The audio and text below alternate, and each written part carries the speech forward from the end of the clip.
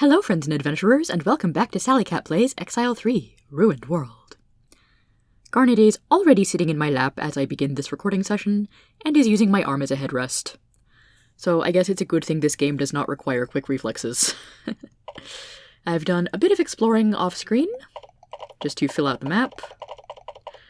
And it happens that directly northwest of Dorngas is absolutely nothing, just a little dead-end canyon thing.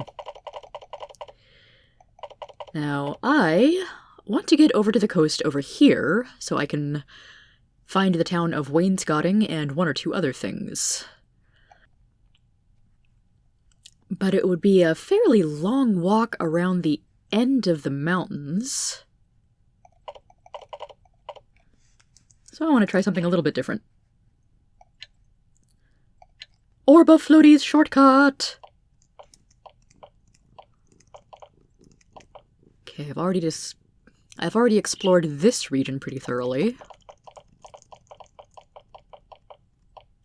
This bit, not so much.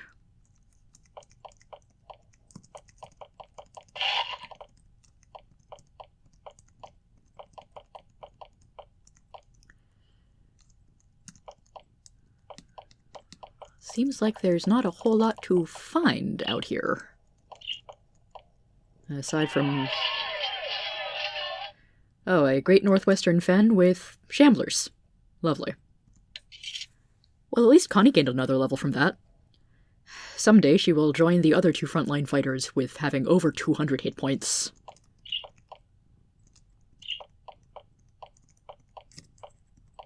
Fen might hold something interesting, or it might just hold a bunch of nonsense.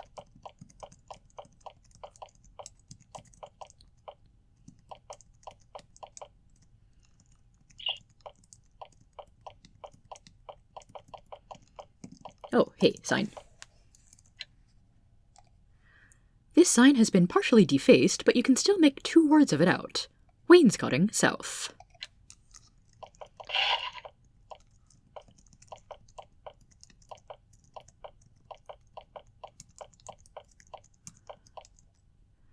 As you walk through these thick woods, you are sure you're being watched.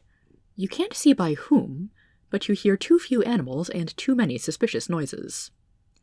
You finally reach a small hut, with a nice herb garden in front. A line of smoke rises from the chimney. Do you enter? Sounds like it could be a friendly place. As you approach, a man suddenly appears in front of you. He raises his hands in a gesture of peace. Wait, I mean no harm. I just had to watch to make sure you weren't brigands. No longer invisible, he invites you in for tea. He introduces himself as Torghas, a priest, originally from Lorelei, who came out here to meditate, and who, after the giants started attacking, decided it was safer to live out here. It's a shame, he says. I do miss my home, and I sometimes feel like a coward staying out here, but I do help out with the war. You ask how. He pulls out a case and opens it. It's full of potions. Plenty of good herbs out here, for those who know where to find them. I ship potions east to help the fighters, only keeping and selling what I need to get gold to stay alive. And that reminds me. He smiles innocently. He offers to sell you high-quality potions. Do you accept? Ooh, these are some good potions. Strong energy, strong strength, strong speed, and potion of clarity. Not too expensive either. I used a couple of energy potions against that awful Gazer Eyebeast fight. Garnet actually has a strong energy potion. Yeah, let's get another one for Stephen.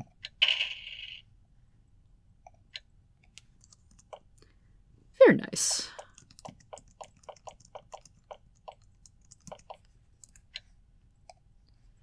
Wainscotting, 40 miles south. Beware of bandits. Travel in groups. Don't travel by night. Be alert.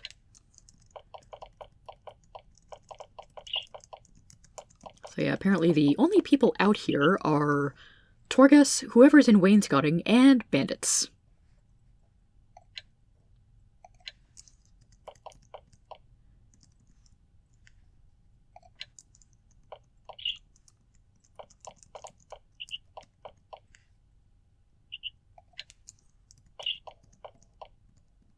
Once in a great while, there is something interesting on one of these tiny little islands.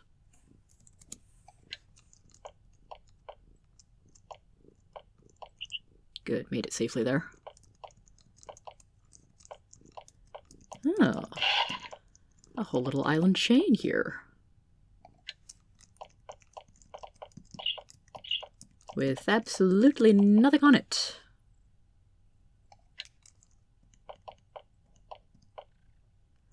Oh joy, more shamblers.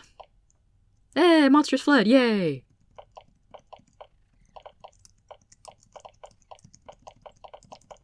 And a quick scan of the surrounding farmlands.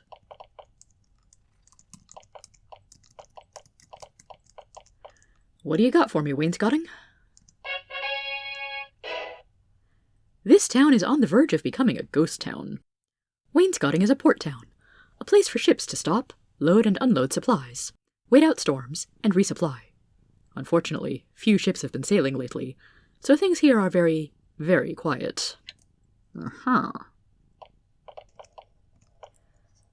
Okay, so Wainscotting has some chickens running around, at least one sailor, and a whole lot of empty space. And also whatever this is off in the corner. You find an apple tree, laden with macintoshes. Some of the apples are ripe and delicious looking. Let's pick one, shall we?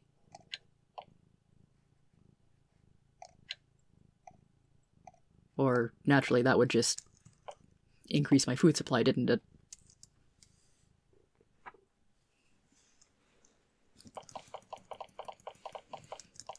But yes, very cute, Jeff, including a Macintosh reference in your game developed on the Mac.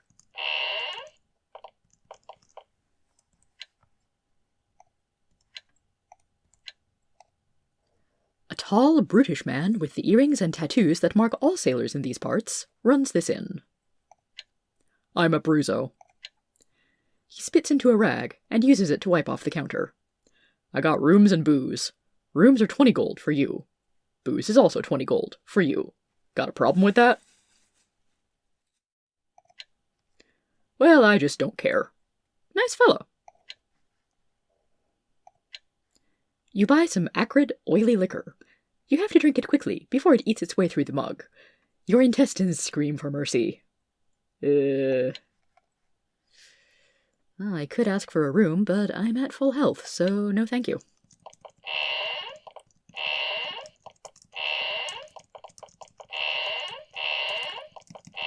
Once in a while you can get some nifty little extra dialogue bits from renting a room somewhere.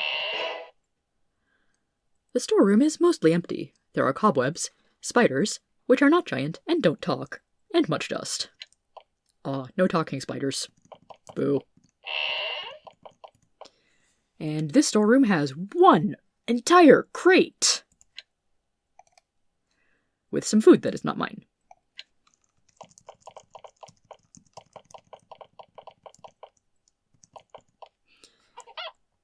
Hello, chicken. It's just standard chicken. Library of Wainscotting. Of all the places I would expect to find a library, this was not one. Hello there, good sir. A small, depressed-looking man sits at his desk, stitching together a torn vellum page in a thick tome. He seems pleased that his library has received a visitor, but not very much. I am Yar, the librarian. I run the Library of Wainscotting, such as it is. It was a beautiful idea. Ships coming south, coming north, many staying here, most having a few books I could buy. I got books from all over, and kept them here safe. Then the disaster happened. Plagues of monsters. Valorim was quarantined. No ships from faraway lands. No new books. Nobody wanting to see or buy the old ones. I sit here bored, waiting. I sit around, waiting for someone like you to come appreciate my work. Feel free to peruse the books. You're adventurers. You may find something to interest you. Okay.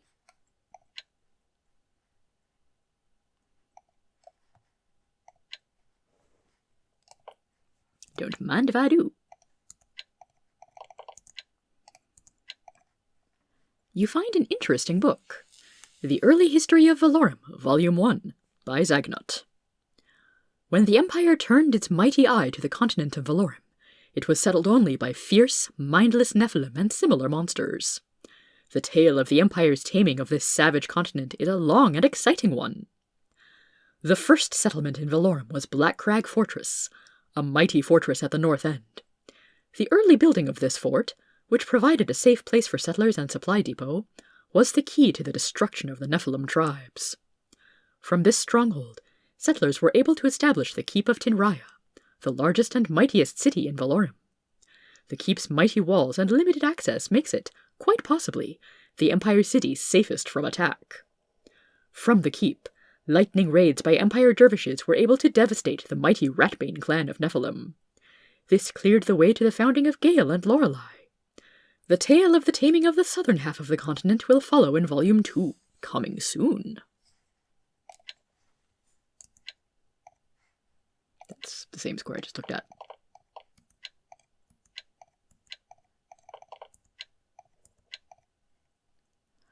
You find an interesting book, The Mystery of the Stone Circles, by Zalvan Ordravi. Of the many mysteries of magic that present themselves to us, one of the most intriguing and enigmatic is that of the stone circles on the continent of Valorim. They disappear and reappear. One there one day will be gone the next. Those travelers who enter them feel compelled to pray. When they do, they feel peculiar afterwards, but stronger, or smarter, or refreshed. Who made them? What are they for? Some wizards say they are the tool of a dark power, and should be destroyed. Others say that we shouldn't look a gift horse in the mouth. Nobody knows the truth. Interestingly, there are 5 areas in Valorim where the circles tend to be sighted. The Isle of Begale, around Lake Tomor, Krizan Province, near Gale, and on the Libras Squigas caravan route. What should one do upon encountering a stone circle? Nobody is sure, but I personally believe that caution is the key to success in magic. After all, he who sticks his head into the orifice of a dragon will not be pleased with the result. Well said, but I'm a professional adventurer. I should be investigating these things.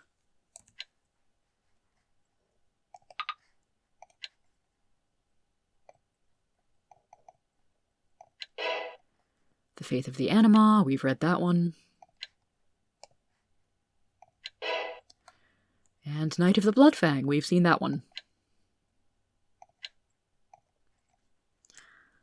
I thought there was a little bit more dialogue from Wainscotting, but I might be thinking of something that's only in the remakes.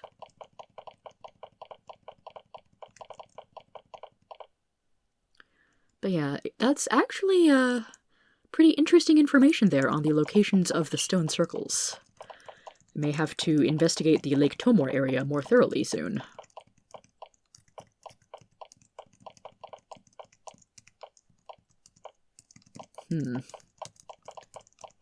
Another suspicious formation of trees. Dark forest. Very suspicious indeed. In this clearing, you find a campsite. It is unoccupied, but not abandoned. There is plenty of loot around. Coins, trinkets you can barter, and a supply of arrows. Whoever is camping here, there's no guards about. Odd. Let's tempt fate, shall we? You leave the campsite, still confused by the lack of guards. You soon find out where the guards were, unfortunately. They were out looking for the bulk of the bandit force.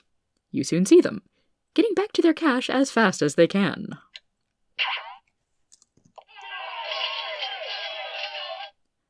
Hello, suckers.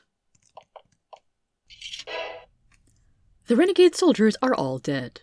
You've just made life a lot easier for the people living in these parts. What few of them there are. Unfortunately, all the loot they owned was already back at their camp.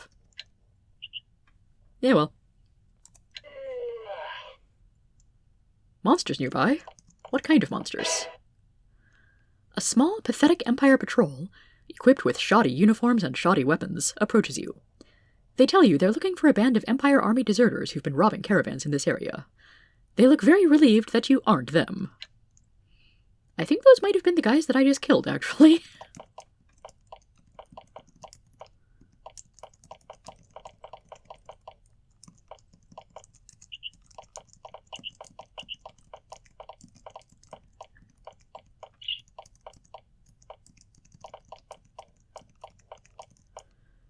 Okay, so I can see 1 or 2 spots where I might actually want to walk through some of this fen.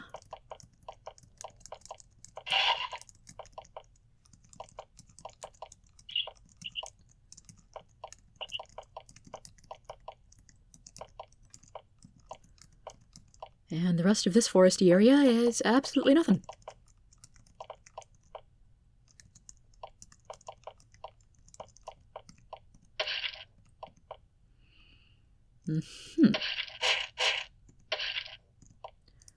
Will the Orb of Thralny prevent me from getting poisoned? No, for some reason it does not.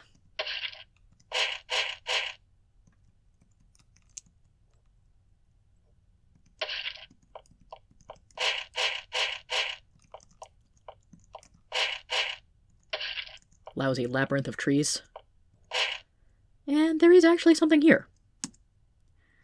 You penetrate a thicket deep in the middle of this marshy fen, and discover a field of flowers. You realize that the bright yellow blossoms growing out of the huge masses of peat and rotting vegetation are ember flowers. That's actually pretty good. Those are used in high-level healing and resurrection potions. Well, resurrection spell, not potion, but still. Yee, I can get around that tree and fill out my map of coastline. And now I press on farther north. Why am I going so far away from giant territory? Because sometimes I am very silly, that is why. And also because I want to try again at finding the Black Halberd. Erox, 25 miles southwest. First I've heard of that one.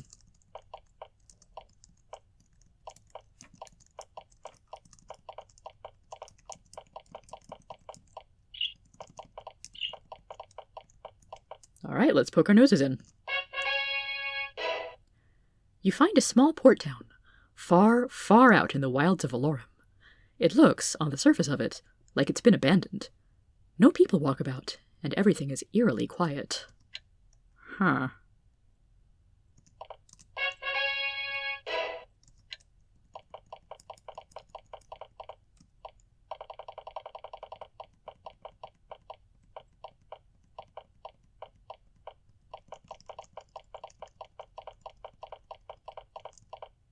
Oh, that's not reassuring.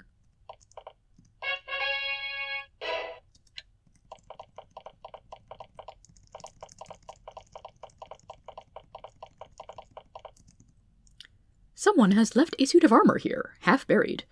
You aren't sure why someone would do such a thing, but it's here for the taking now.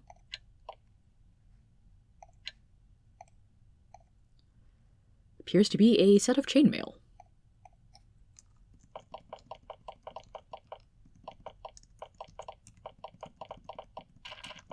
Well, this building is entirely destroyed.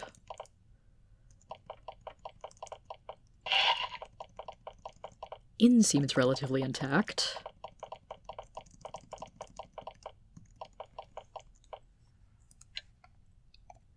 Erox fine potions. From the swamp, through our cauldrons, into your mouth. This shop has been abandoned. It's completely bare. There is an odd, sweet smell in the air. You can't immediately place it. Okay. Probably something to do with all the herbs they used to process. Erox Fletchery. Same message as the alchemy shop. Odd, and nothing to loot here either.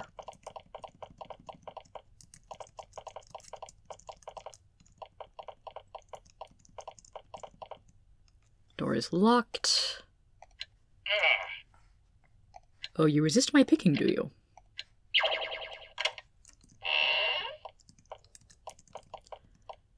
Somebody's rather nice home that doesn't appear to be trapped.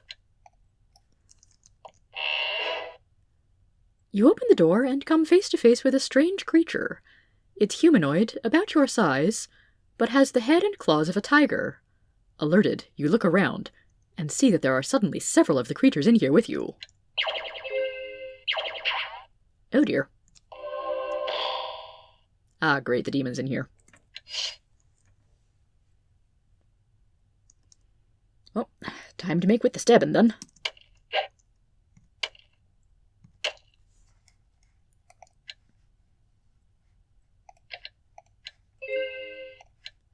And also make with the blessings. Will slow group even work on any of these folks?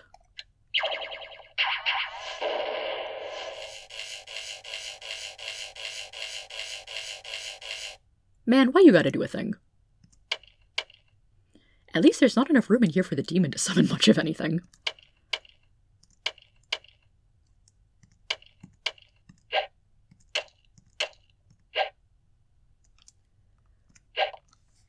But anybody remember that Rakshasas count as demons? Not a demon? What? They totally were in the last game. Okay, fine. I'll focus on healing everybody instead, because ow. Seriously, when did that kind of damage happen?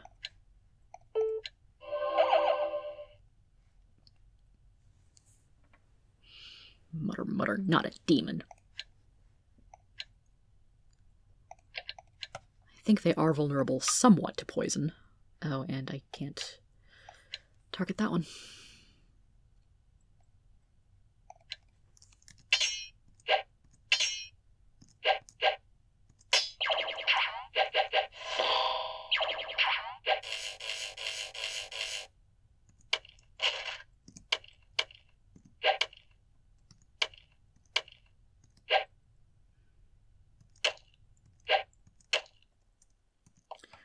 Okay, the Rakshasa is not vulnerable to Ravaged Spirit.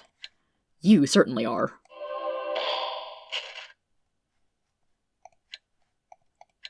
Lest I forget, Rakshasas are also vulnerable to the Wound spell.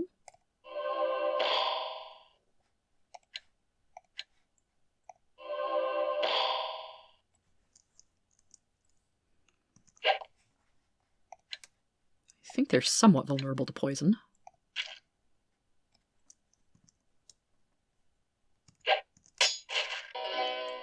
And of course, they're vulnerable to getting stabbed in the face.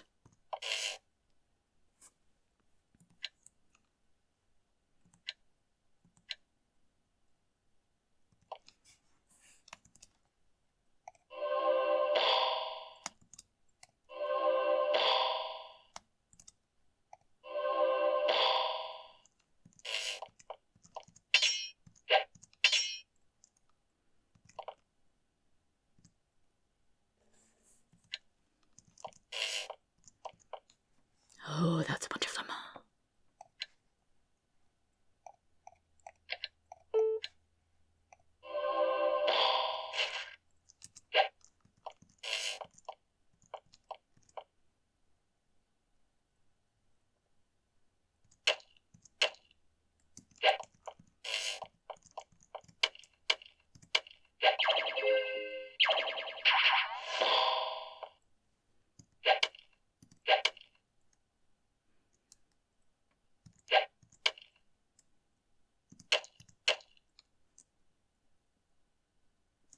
Aren't I glad I got those strong energy potions?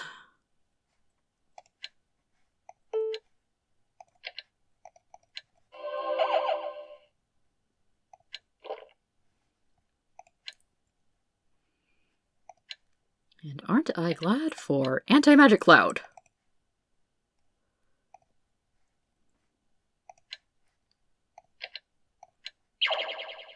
And for the fact that Major Blessing affects all of my party members, even those standing in aforementioned Anti-Magic Cloud. Yeah.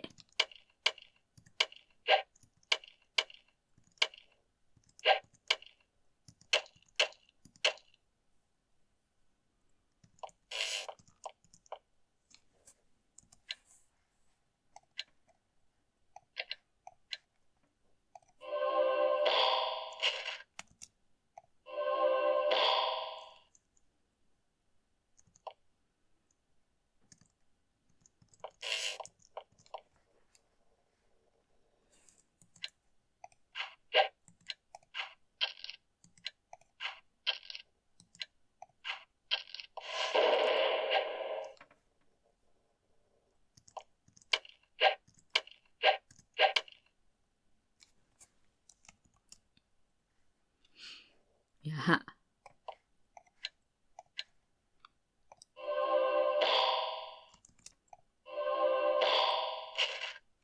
Take long-range damage.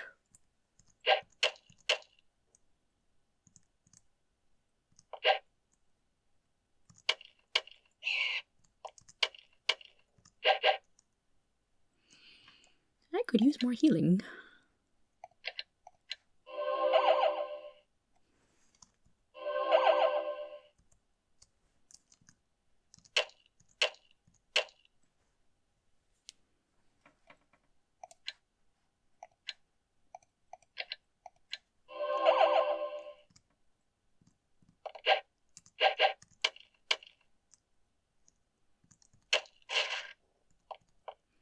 I see you there.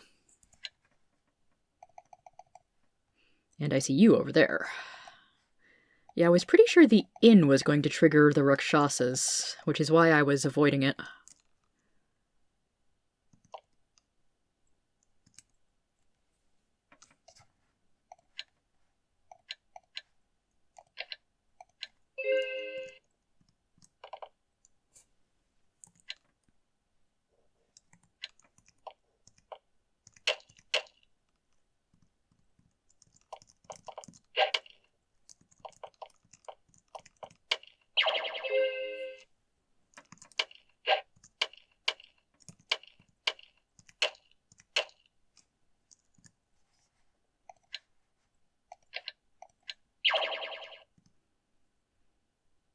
Do I want to send Peridot out for flinging javelins and stabbing the Rakshasas?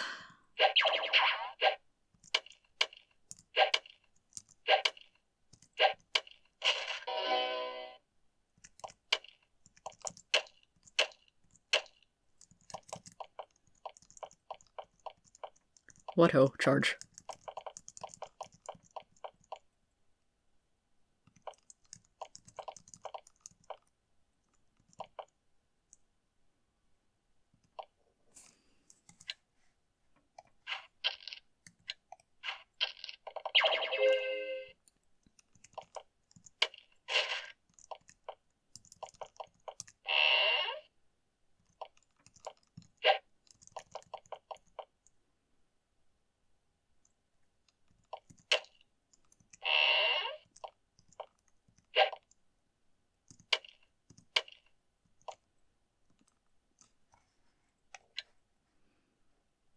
And anti-magic on you.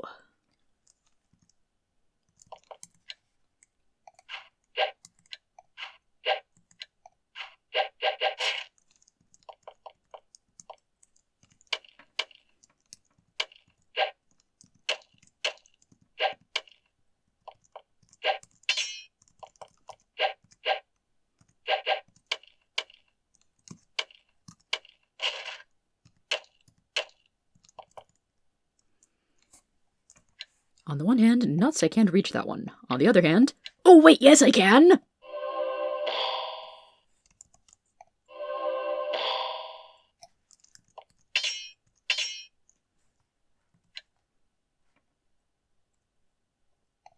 Let's try some razor discs. I'm actually hitting and damaging a high-level energy with throwing weapons. Amazing.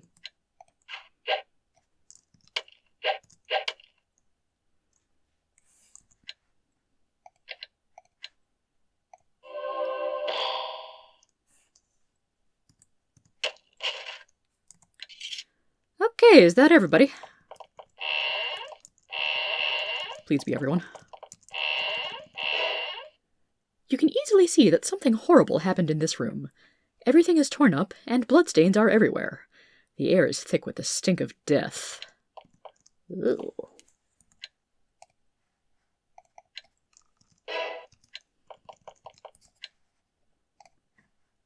And the storage room is full of bones and skulls. Lovely. Yeah, this room is where I'm pretty sure the Rakshasa trap is, quote, supposed to trigger. This room is somewhat in disarray, and you smell an odd, sickly sweet smell. Despite these annoyances, you think you can manage to get to sleep. Do you rest here for the night? If I hadn't just killed all of them, this is where I would let my guard down and the Rakshasas would attack. It's hard to relax completely in this grim place of death, but the bed is soft and comfortable. You managed to get some rest.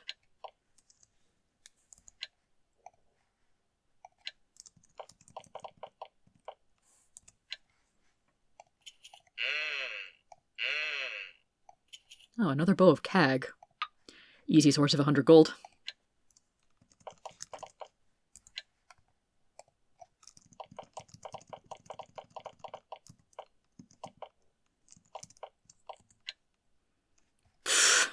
Another shield of Clud, easy source of even more gold, holy crap.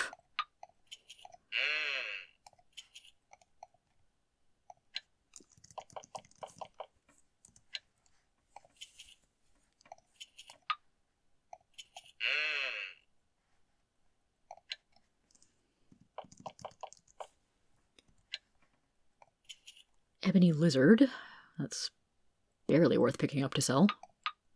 Ooh, more razor discs.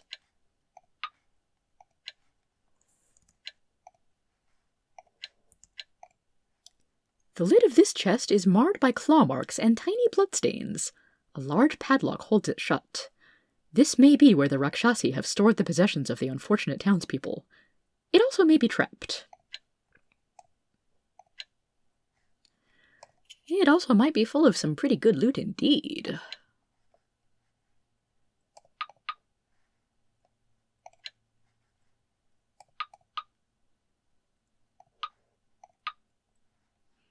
Oh, look, it's even got exotic herbs. I could take those way over to the other corner of the continent to sell if I really felt like it.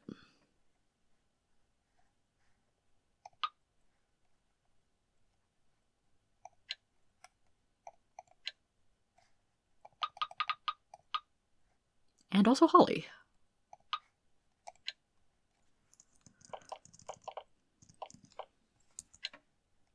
Right, I was pretty sure I'd already looked there. So that's the town of Erox. Horrifying, isn't it?